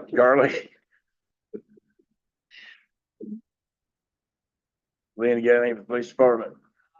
Just to keep it on talk yesterday after we had an interview with a police applicant, he signed his conditional offer of employment today, accepting it, so we are waiting on drug screening physical, and hopefully we'll have a new officer here within the next couple of weeks. He's already certified, so super excited about that. It's not good to see everybody, but it's really good to see. These are. Yes, it is. Deal. I can see Mr. Who. Yep. Oh. Good to see Mr. Bill Oh, I there. thought it was Good to see you back too. I thought it was Secretary Clinton. All right. RB, We're just, we're still flushing the hydrants, working on them. And, we put in for another firehouse upgrade. Our last one was denied. We put in for another one this time. I think we had to have it in on July the 8th, I think it was, or something like that, but anyway, we put in for it. How much longer will it take you to finish the hydrants, do you think? We're a little over, but considering that the first 25% of them had to be dual tested, it took a lot longer. Now that we're just flowing, We're doing a quarter of them, doing the flow test and all that, a quarter a year, so they don't take so long to do. Every 5 years, they got to be tested. And, for ISO. So we doing a quarter every year, then after we do that quarter, then it's just flowing the hydrants and flushing them out. And greasing everything, make sure everything works, so. weather permitting, I would guess between 8 and 10 flushing days, it should be done, so that's gonna be 3 weeks. So it'll be the middle probably of next month, I would assume. Okay, Middle to the end of August. well, that's good. Y'all have done well. Thank you. The guys have been doing a good job. Danielle, I've got a couple of things. One is just for y'all's thought for next meeting, the parcel that we own on Plantation Road that has damage from Hurricane Idalia and Helene. A gentleman has come to us, he lives right behind the parcel, he wants to purchase the parcel. And he's willing to clean the parcel, have the trees cut, and clean the parcel if we will, cut some of the cost of purchasing the lot. I've sent out letters. One property owner has contacted me that he is not interested. He told me his neighbor, the neighbor on the other side of the lot, that they were not interested, but they have not contacted me, so their time's up. It's actually the end of this week. So it's just something to think about to sell, and I guess we'll have to come up with a price. But we received quotes to clean that lot anywhere from $8,000 to $20-some thousand. So that's just something to think about when we're wanting to sell the lot. I'm not sure what the lot's even worth. That's on Plantation. Yes, ma'am. We really don't have any Have no need. for it. business or need, yeah. it's a low It is lot. low, yes. Low. It's, I think it's a flood zone. If it isn't, it I should think it be. was intended years ago. They put the lift station, yeah, they were gonna use that spot for a lift station, but after whatever they had to do and come to find out they went with the E1 pumps in that neighborhood. So we have no need for that lift station. If I'm not mistaken, aren't all neighborhoods of any size, are they supposed to give X amount of lots to the city for that purpose? Isn't that how the city wound up with so many different lots all over? Thinking for some reason that rings a bell, but anyway. I think if someone was about it, I think it'd be great, personally. Another one I had was Mark Wiggins. He called, I can't remember when, and I sent letters, but it's an alley behind Yarborough Tires that we have no use for, but the alley goes behind him and I think all the way out to 19 possibly, but he's just wanting that section behind him. I don't know, I knew there was some discussion at the time about the alleys. We had but he's gonna purchase that section. Is there anything on it? Does the alley actually belong to the city or is this an easement? Alley, It belongs to the city. We don't need access to it for anything. we don't. Not that I'm aware of, I'm got with each department, we have nothing down those alleys. Or down that alley. Well, he'll fence it in and keep it up. Don't need to send a fire truck down there or anything. It's not, I don't Could know. a fire truck get down there? Yeah. Probably not. Is that one that goes between the refrigeration? That's a problem. No, it's behind. Yeah, I that big sent lot. letters to all the adjacent property owners, no one's It's, interested. I thought just. Don't they- They own the vacant lots too, don't they? I think they do anyway, that's. You find out Okay. what each of those parcels is That one's valued only at. like parcel, like a. Just part of the parcel though. I know y'all had discussed one time. Half goes here, half goes there, et cetera. Touching the, Alley, I know there was a question one time, I don't know if you forgot, I don't remember. I think- So much going on. By somebody, if they wanted to buy a part of it, they had to buy the whole thing. right, more 30 foot alley, 15 foot goes one way and 15 goes to the other. Up to the property line, then it goes to the other property owners on up the line or John, can you bring that up? something.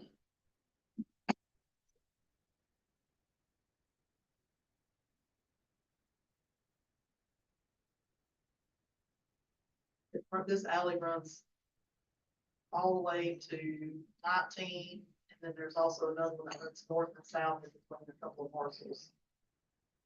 It's only on the section behind them.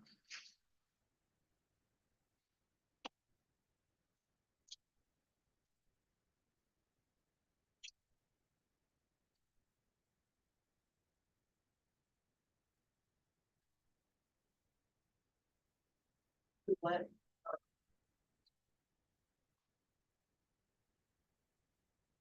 where the rusted roof. Roof Yeah, is, that's it. uh-huh. He just wants the section right behind him.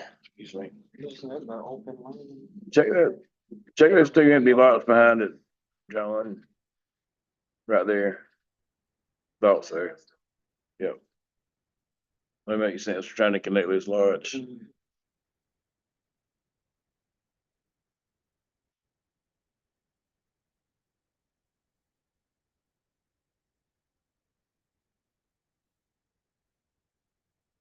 Dig into it, I guess, see what we need to do. City doesn't need it. Was it? Probably a 20 foot. That looks to be like for future installation of utilities. I know some of the garbage trucks used to drive down them. Back when they had dumpsters on wheels.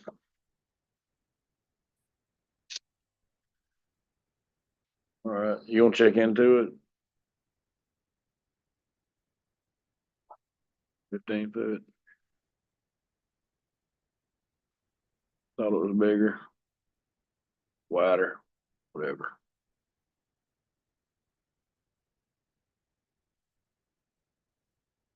All right, Are we willing to just sell him that little portion?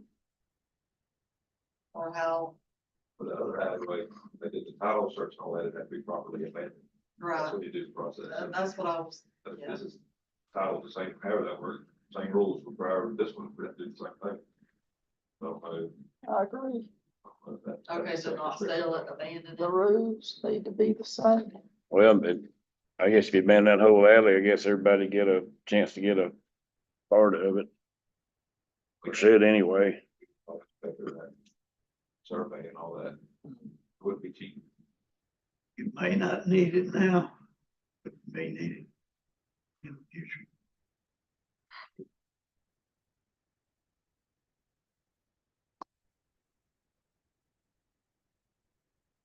Didn't find that there was a thing. Did the law firm did the title search, whatever they did to find that abandonment clause in there. Well, we couldn't sell it. That's every alley in the city, or that was that one particular one. How that works. How did they used to do them, Mr. Grimes? We just abandoned them. Used to, we just abandoned them, correct? Years ago. I remember a few that we've done. But I don't know what process, who did what, or.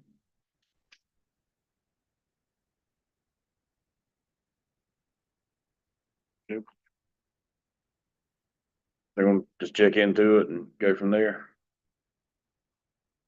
Like we're gonna pay for the title search, you're not gonna cover that deal. You guys do, that's a title search process. They only go back 30 years now, don't they? Believe so.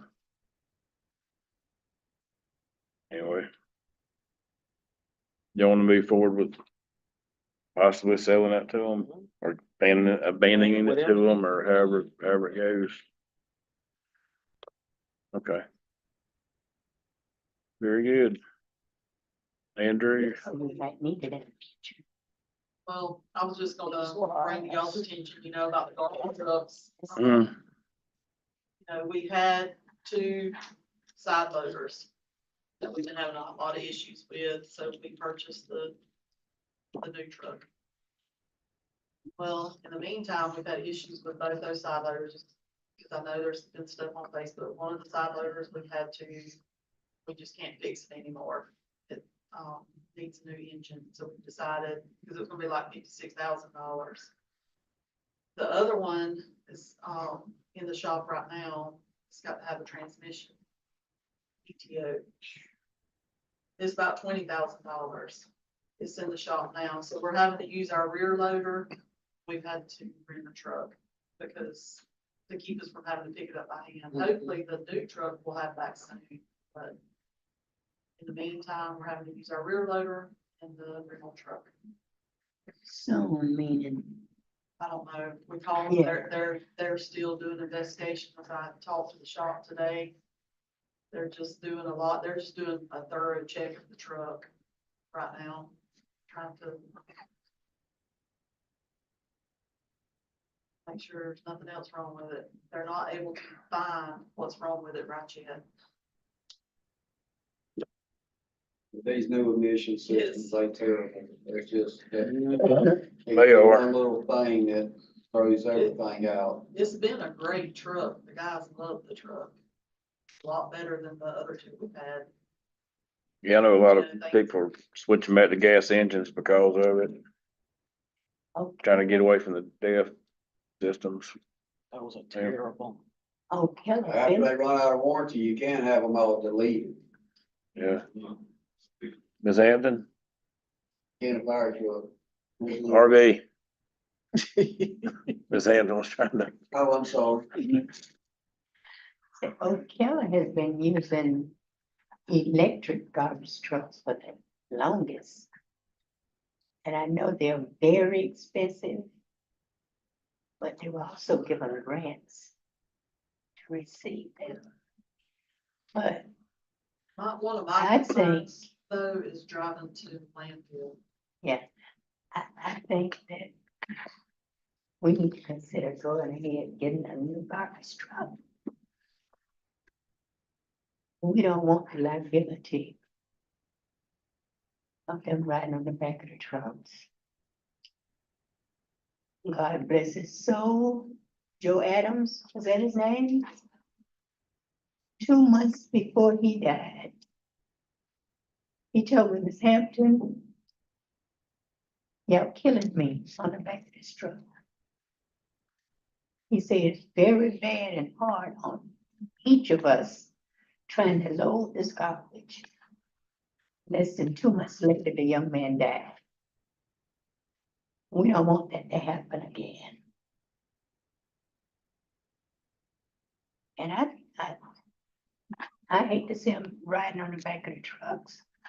So if there's any way we can get a truck down, I would suggest that we do Should have those funds approved in about 4 months, everything goes to plan. 4 months. So 4 months, they might have to ride back. We should have that fixed fairly soon, and we have the rental and, good one. The other one, we fixed it. A week. Yeah, I think Now, Not 2 weeks just is still too long, but whatever. How much would it cost you to rent another one? Another truck to get them off the back of the truck? They're close to 450,000. The rent. Oh, to rent a truck? To rent? It's 8,500 a month. It's better than someone dying on the back of it. Can argue That's that. how I feel about it. John, are we able to do that? Not in the budget. Hmm. Tommy Hardy, the cost yesterday too. He'd be willing to come up with a price for a truck and a driver, one of our drivers have to be with him Mm-hmm. on a liability, they can't have our guys drive their truck. But he said he'd done that before for Live Oak or somebody, Mm-hmm. said it worked well. But he could do that for us short term and deep south there too, I think they were pretty high last time we did that. But do they have a side loader or rear loader? Still with commercial and also, Yeah, I'm not sure. I will see that, so we're gonna have to. Oh, that's not an option too. You check on that and get back with us, please.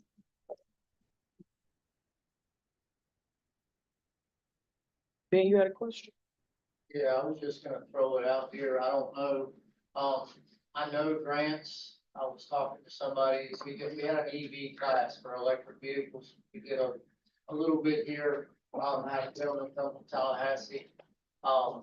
He was telling us that the school board, school districts throughout a lot of the country is getting federal government assistance to buy EV school buses. Mm-hmm. And a lot of your bigger towns we're going electric. I would highly discourage us trying to move that forward. There is no possible way that we can safely handle any catastrophe or problem that becomes from EV. EV, there's no way to put it out. That's right. The recommendation from him was for us to find a way to buy barricades to create pools and physically create a pool and encompass the entire vehicle underwater. And that doesn't put the fire out. The issues are with the ground, when you have runoff, when it's thermal runoff, you'll end up having the chemicals that are in the soil. EV is going to be something that everyone's going to have to be dealing with the repercussions eventually. And we're 20 years behind the fire service for one. The best we have right now is 20 years ago. Advancements with the first EV stuff and the Priuses and whatnot. We're nowhere close. And it would take unknowable amount of money to get you to that point. I mean, the EV is very, very, very frightening. Thank you for that information. It's, yes, ma'am. Yeah, when the lithium starts burning, it's very similar to magnesium. It doesn't stop easy. Okay. So you can't put them out much, even if you think they out, put them on It's a still record, going. start going, they catch right back up. Kind of like the San Pedro Bay. So you got to bury them and leave them buried for, I think they said like 96 hours, leave them buried. Wow. Yeah. Is way they recommend you actually putting them out. Anyway, The technology That- is running way farther than the resources are to manage a problem. And Gotcha. there's just money to be made, so everyone's running forward and they're convenient. They are convenient. But when something goes wrong, like 76 kids on a school bus. Yeah. Oh, yeah.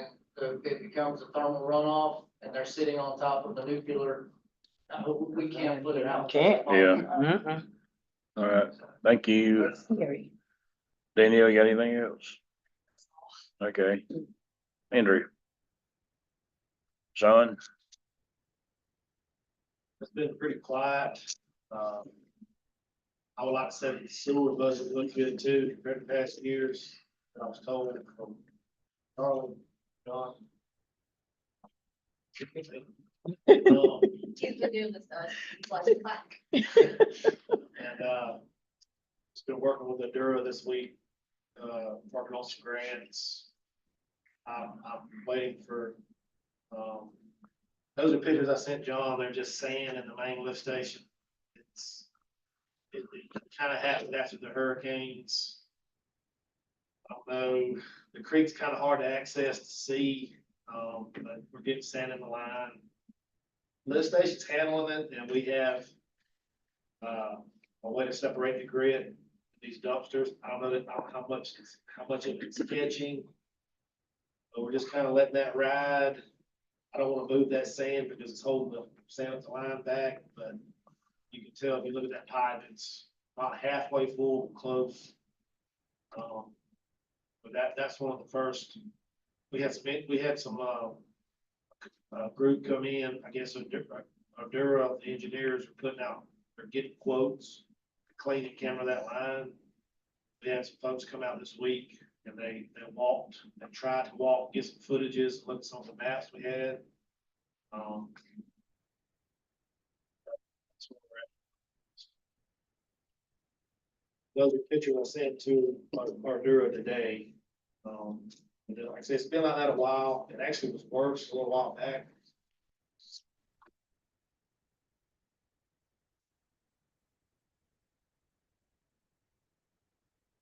That's the line that runs across Temple Creek. Across 27, 19.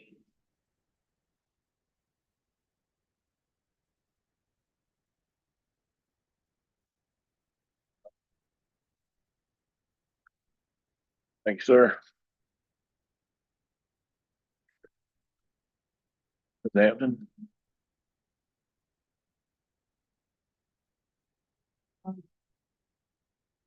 Just one thing. It shows I'm always starting something. But I don't understand why we did not have a council meeting. I know we were told that we didn't have an agenda. But I don't think it's right for us not to have council meetings when we don't know who might need to present something to us. So I would like us to come up with a reason why we shouldn't have a council meeting. If we're not going to have one, if it's not an emergency. They need to present something, they need to be on the agenda. Well, they don't, not necessarily, John. Wait, wait. Well, not necessarily. They just walk in and we might have something that just came up that they need to talk to us about. I think it's the council's decision on whether we should cancel a meeting or not.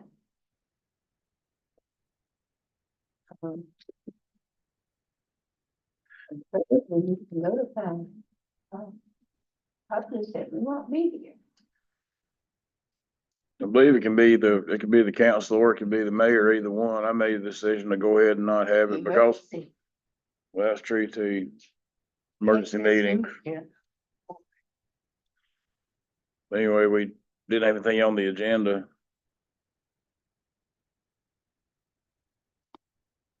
at the moment. Have to be the council's decision if it's not an emergency. Well, they could have went on without me or either any of us, and they do. That's not what I was saying. I understand what you're saying. I'm just saying though. I mean, yeah, I understand where you're coming from. And if the meeting needs to go forward, it needs to go forward. No. Were you not able to attend that day? What's that? Were you not able to attend that meeting last 2 weeks ago? I wasn't able to attend that meeting. It didn't mean it had to stop though, but at the moment we didn't have anything on the agenda. But no, the council did not vote to cancel the meeting. To Miss Hampton's point.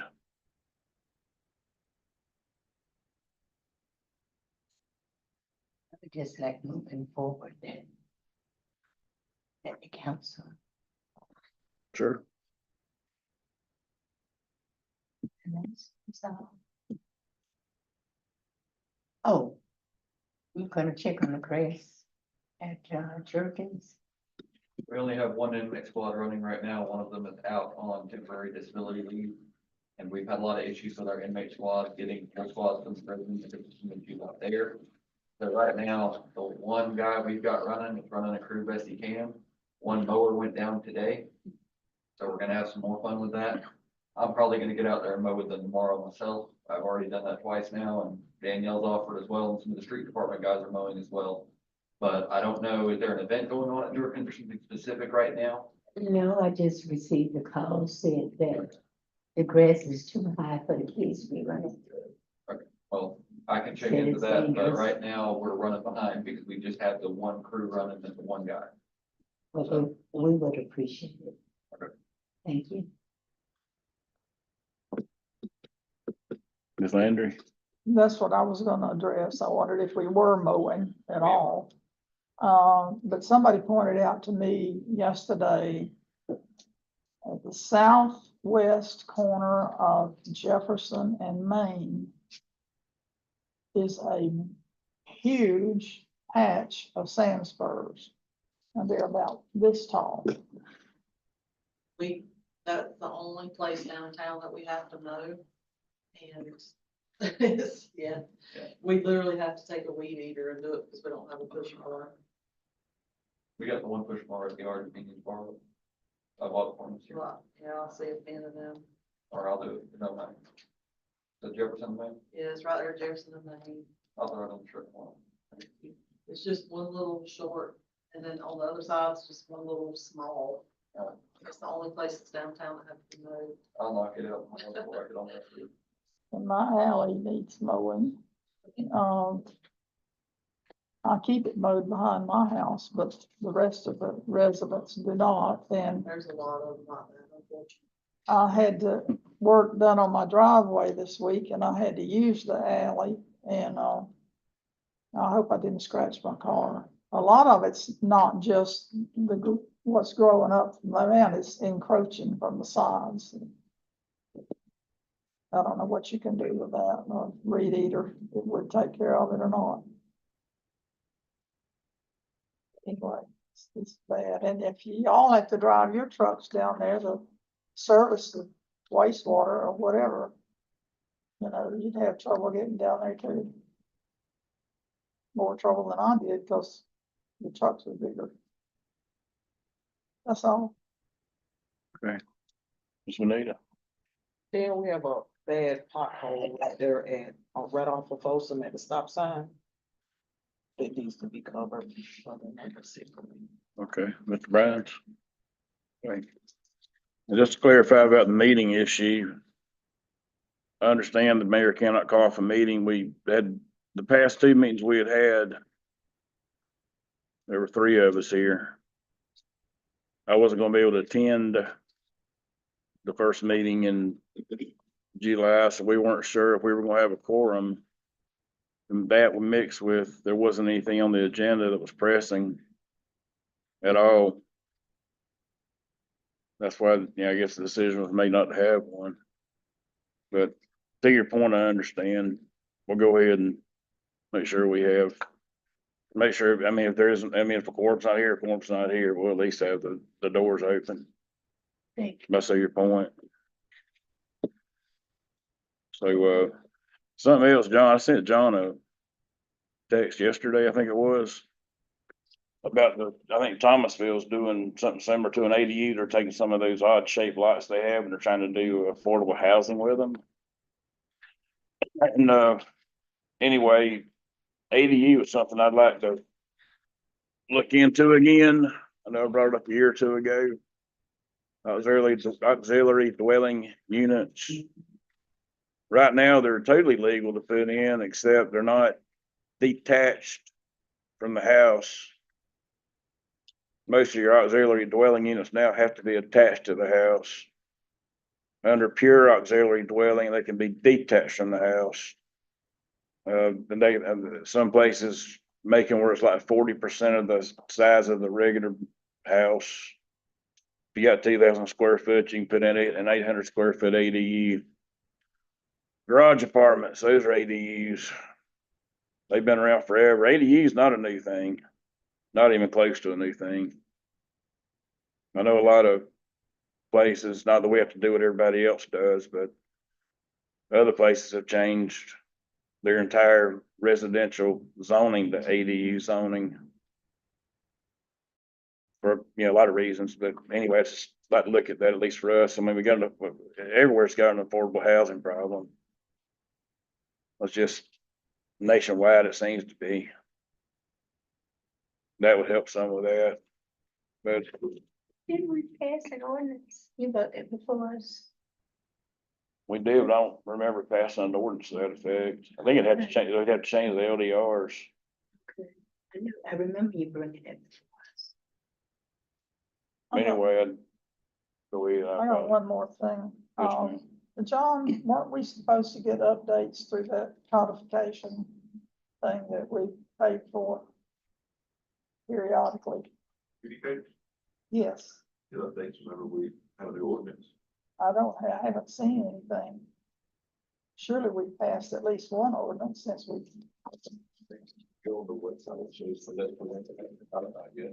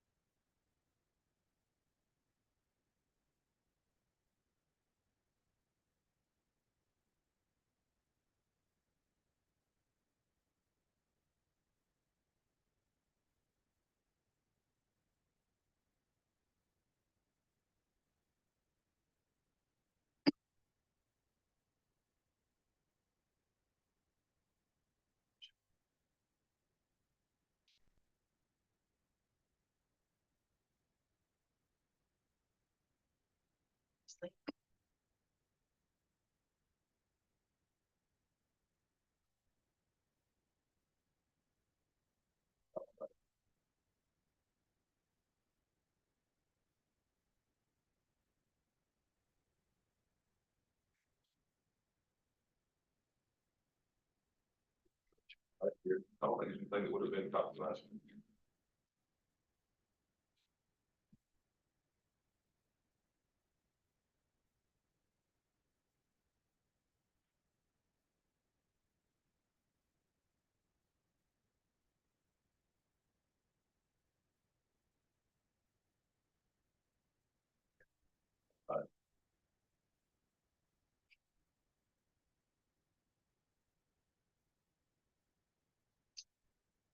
All right. We haven't had any new ones since we signed up with them. If we did that last year.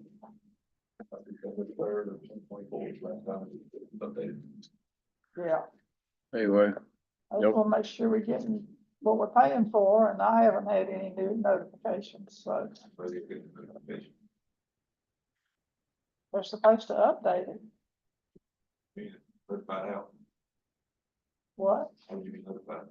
I don't know. To put it in the book. Replace the one in the book. anyway, you want to check into it, make sure everything's up to date on it. Okay. All right. Thank y'all very much. See you next month.